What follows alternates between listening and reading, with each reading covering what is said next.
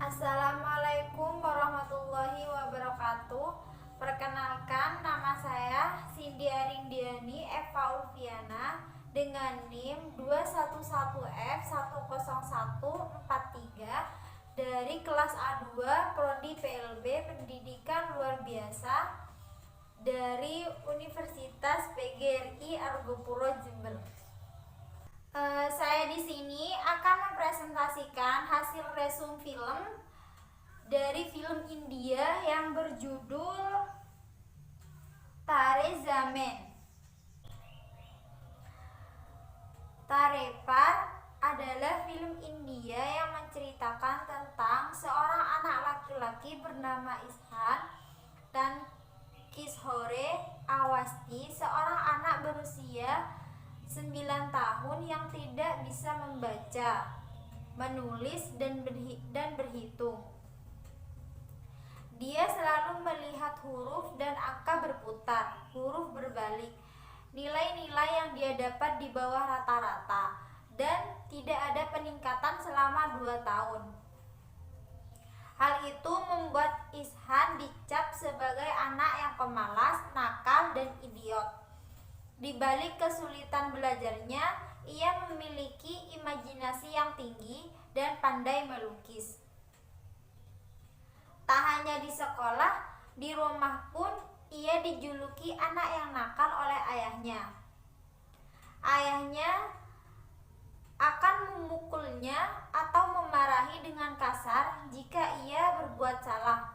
Hal ini berbanding balik dengan kakaknya, Johan Awasthi. Johan adalah siswa yang pandai, rajin, dan aktif di sekolah. Ayahnya selalu membanding-bandingkan Ishan dengan kakaknya. Bahkan ibunya, Maya Awasthi, bingung harus mengajari Ishan. Ia selalu melakukan kesalahan yang sama ketika menulis, membaca, maupun berhitung. Ishan ialah anak yang merupakan pengidap disleksia yang membuat ia kesulitan menulis dan membaca, kesulitan mengenal huruf, sulit membedakan antara D, B dengan P. Ia juga sulit membedakan suku kata yang bunyinya hampir sama, seperti top dan pot.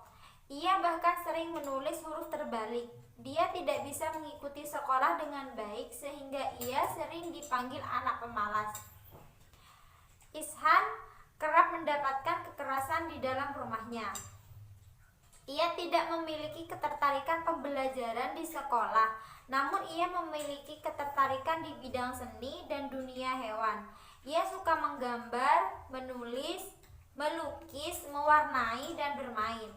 Namun tidak ada yang memahami hal itu. Cara ia mengerjakan tugas, ia menggunakan imajinasi dengan waktu yang cukup lama. Ishan dipindahkan ke asrama dengan tujuan agar ia bisa hidup mandiri di sana. Setelah Ishan pernah membolos, berkelahi, pura-pura sakit, ayahnya memutuskan untuk mengirimnya ke sekolah asrama.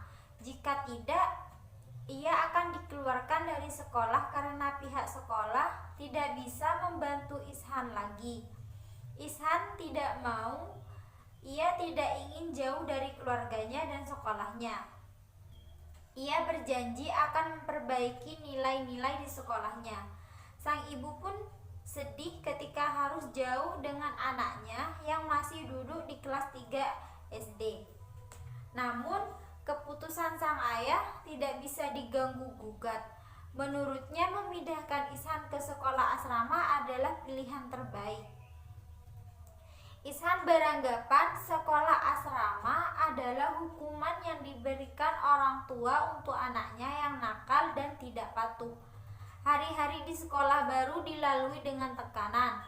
Guru yang kasar, membentak, memukul, melempar kapur, membuat Ishan sangat tertekan dan sedih. Hal itu membuatnya tidak mau berbicara dengan keluarganya dan menangis. Di tengah keputusannya, Raja Damodran, temannya, memberi tahu Ishan bahwa ada guru pengganti mata pelajaran seni. tetapi Ihsan tidak tertarik sekalipun. Itu seni lukis yang disukainya. Guru pengganti yang bernama Ram memulai awal pertemuannya dengan menyanyi dan menari di kelas. Anak-anak sangat gembira mengikuti nyanyian dan tarian Pak Nikum. Selain itu, ia berbeda dengan guru-guru yang lain. Tidak hanya melukis dan bercerita di dalam kelas. Ia juga melakukan pembelajaran di luar kelas, seperti di kolam ikan. Anak-anak bebas berkreasi apapun dengan benda-benda di sekitarnya. Tetapi Ihsan hanya diam tanpa ekspresi. Dia kehilangan semangat melukis dan belajar. Hal itu membuat Pak Nikum bertanya-tanya, ada apa dengan Ihsan? Setelah Rajan memberitahunya bahwa Ihsan memiliki masalah dalam belajarnya, ia mulai mencari bentuk kesalahan yang dilakukan berulang kali, seperti huruf, ejaan, dan angka yang terbalik penulisannya. Kemudian ia pergi ke rumah Ihsan untuk mencari tahu latar belakang permasalahannya yang dihadapi anak didiknya. Yohan memberikan semua buku catatan pembelajaran Ihsan dan hasil lukisannya. Pak Nikum terkejut melihat lukisan Ihsan. Lukisan dengan imajinasi yang tidak semua orang dewasa bisa. Setelah diteliti, Ihsan dianggap terkena disleksia, yaitu kesulitan mengenal huruf dan angka. Ayahnya tidak percaya. Menurutnya itu hanya karena Ihsan malas belajar. Pak Nikum memberikan pemahaman kepada orang tua dan guru bahwa Ihsan bukan anak yang abnormal, tetapi dia anak yang sangat khusus dengan bakat tersendiri. Seiring berjalannya waktu, Pak Nikum berhasil meningkatkan semangat dan rasa percaya Ihsan melalui pembelajaran tambahan. Ia dengan sabar membantu Ihsan menulis, membaca, dan berhitung menggunakan metode-metode yang aktif dan menarik. Menulis di pasir, di tangan, dan cat warna dan papan tulis di kotak-kotak, serta berhitung menggunakan tangga. Itu semua membuat Ihsan bisa memperbaiki permasalahannya dan mengejar ketinggalannya. Pada suatu hari, Pak Nikum mengadakan perlombaan melukis yang diikuti oleh seluruh anggota sekolah, dari siswa hingga guru. Ihsan, sang tokoh utama, datang terlambat dan melukis di sudut pohon. Ia menjauh dari keramaian orang-orang. Tibalah saat pengumuman lomba dan Ihsan berhasil meraih juara 1, mengalahkan Pak Nikum, guru seninya. Saat akhir semester, orang tua Ihsan menemui kepala sekolah untuk memberikan buku tahunan dengan lukisan Ihsan dan lukisan Pak Nikum, yaitu wajah Ihsan menjadi sampulnya. Setelah dari kepala sekolah, ayah dan ibu Ihsan menemui wali kelas Ihsan untuk mengambil rapor dan menjelaskan evaluasi hasil belajar Ihsan. Nilai-nilai menunjukkan bahwa Ihsan berhasil naik kelas. Akhirnya, guru-guru menyadari bahwa Ihsan bukan anak abnormal, melainkan anak yang istimewa dengan bakat melukis yang luar biasa. Orang tua Ihsan sangat berterima kasih kepada guru, terutama Pak Nikum. Dalam film ini, selain menyerukan berbagai pesan moral, film ini juga memberikan pengetahuan bagi para penontonnya tentang ciri-ciri anak dengan disleksia, salah satu tipe kesulitan belajar. Film ini juga memberi pengetahuan mengenai metode pembelajaran khusus bagi anak dengan disleksia seperti Ihsan. Ihsan, tokoh dalam film ini, memiliki potensi melukis yang hebat dibanding anak seumurannya. Tetapi dalam pembelajaran ia tidak bisa mengenali angka dan huruf atau bisa disebut disleksia. Dia selalu mendapat paksaan perintah dari gurunya tanpa adanya tuntunan dan bimbingan. Selain dari lingkungan sekolah, orang tua juga harus melaksanakan konsep pendidikan pembebasan. Peran orang tua sangat dibutuhkan dalam proses pembelajaran Ishan. Ayahnya menganggap Ishan bodoh dan nakal. Bagi ayahnya, nilai akademik sangat penting untuk dapat bersaing dalam kehidupan.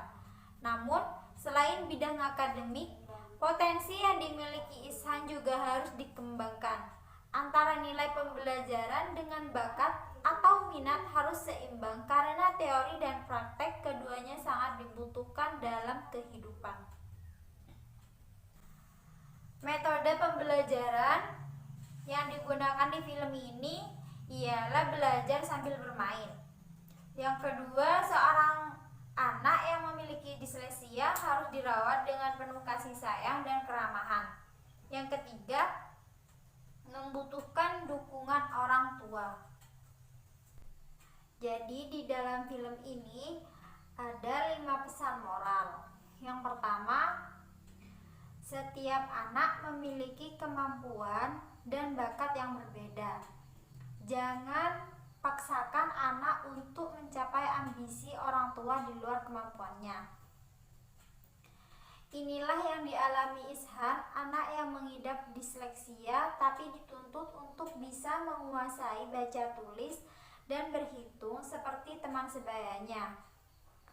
Tak ada yang tahu dengan kekurangan Ishan termasuk orang tuanya. Ayah Ishan malah terus menekan dan mengancam supaya Ishan berubah jadi pandai. Tapi apanya yang mau berubah kalau kondisi Ishan malah tertekan dan depresi? Memotivasi anak untuk mau belajar memang baik.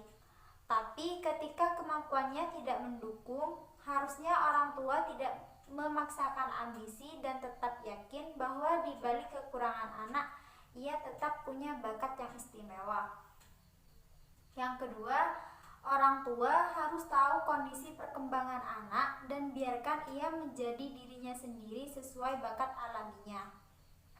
Orang tua harus peka terhadap tumbuh kembang anak dengan membekali ilmu seputar pertumbuhan mereka di setiap tahap usianya. Jika memang ada yang ganjal, konsultasikanlah dengan ahlinya sebelum terlambat atau sebelum salah bertindak. Dalam film ini, Ishan juga punya bakat luar biasa dalam melukis. Tapi orang tuanya tak mampu melihat kelebihan Ishan dan malah fokus pada kekurangannya sehingga Ishan frustasi. Bahkan di titik terendah depresinya, ia kehilangan hobi melukis. Sungguh sangat disayangkan kalau sampai bakat emasnya terkubur. Yang ketiga, jangan jadikan penilaian orang lain menjadi patokan apalagi membanding-bandingkan anak. Banyak orang tua yang menganggap keberhasilan anak adalah bisa baca tulis hitung sedini mungkin. Sikap orang tua yang suka membangga-banggakan kemampuan anaknya yang di atas rata-rata cukup sering memicu rasa iri pada orang tua lain sehingga memaksa anaknya untuk menjadi apa yang mereka inginkan. Membanding-bandingkan anak tak dapat lagi dihindarkan, padahal kemampuan anak berbeda-beda. Inilah sikap keliru yang dilakukan orang tua Ishan. Mereka kerap membandingkan kemampuan Ishan dengan sang kakak yang selalu mendapat nilai terbaik di kelas. Pada akhirnya, apa yang terjadi? Ishan memilih berontak daripada menuruti orang tuanya. Yang keempat, gali kreativitas untuk menerapkan metode belajar sambil bermain. Sebab dunia anak penuh permainan bukan tekanan. Banyak permainan edukasi yang bisa orang tua terapkan supaya anak lebih tertarik untuk belajar. Misalnya dengan mengajak anak belajar di luar. Inilah yang dilakukan gurunya Ishan, Ramshankar Nikum, yang sangat paham kondisi Ishan. Ia mengajarkan berhitung dengan cara naik turun tangga, menulis huruf di atas pasir, menulis pada kulit tangan sebagai indera peraba, membentuk huruf pakai media clay, memberi rekaman suara ejaan bahasa Inggris, dan cara kreatif lainnya yang bisa membuat anak lebih tertarik sekaligus paham. Yang kelima, terimalah anak berkebutuhan khusus dengan ikhlas. Dukung ia agar tetap percaya pada kemampuannya demi menyongsong hidup. Peran orang tua dalam tumbuh kembang anak sangat berpengaruh. Bersabar hatilah saat harus menerima kondisi anak yang ditakdirkan berbeda. Kalau bukan orang tua sebagai pihak terdekat yang mendukung, lalu siapa lagi? Dengan menekan kekurangannya, tapi yakinlah anak kalau dia pasti memiliki kelebihan yang dikaruniakan Tuhan untuk menyambut masa depan. Dengan cara inilah Ishan kembali mendapat kepercayaan diri untuk bangkit setelah mengalami depresi. Itulah beberapa pesan moral untuk para orang tua yang bisa dipetik dari film Tari Zamitar. Semoga tidak ada lagi anak-anak yang jadi korban seperti Ishan. Ingatlah bahwa setiap anak adalah istimewa. Jadi kesimpulan dari film ini, edukasi untuk orang tua atau guru bagaimana cara memperlakukan anak yang baik, terutama anak yang memiliki kebutuhan khusus. Tidak pintar dalam bidang matematika ataupun sains bukan berarti bodoh, karena sejatinya setiap anak memiliki kelebihan masing-masing. Mungkin hanya itu saja yang bisa saya sampaikan. Apabila ada kesalahan dari awal sampai akhir, kurang lebihnya saya mohon maaf. Terima kasih. Wassalamualaikum warahmatullahi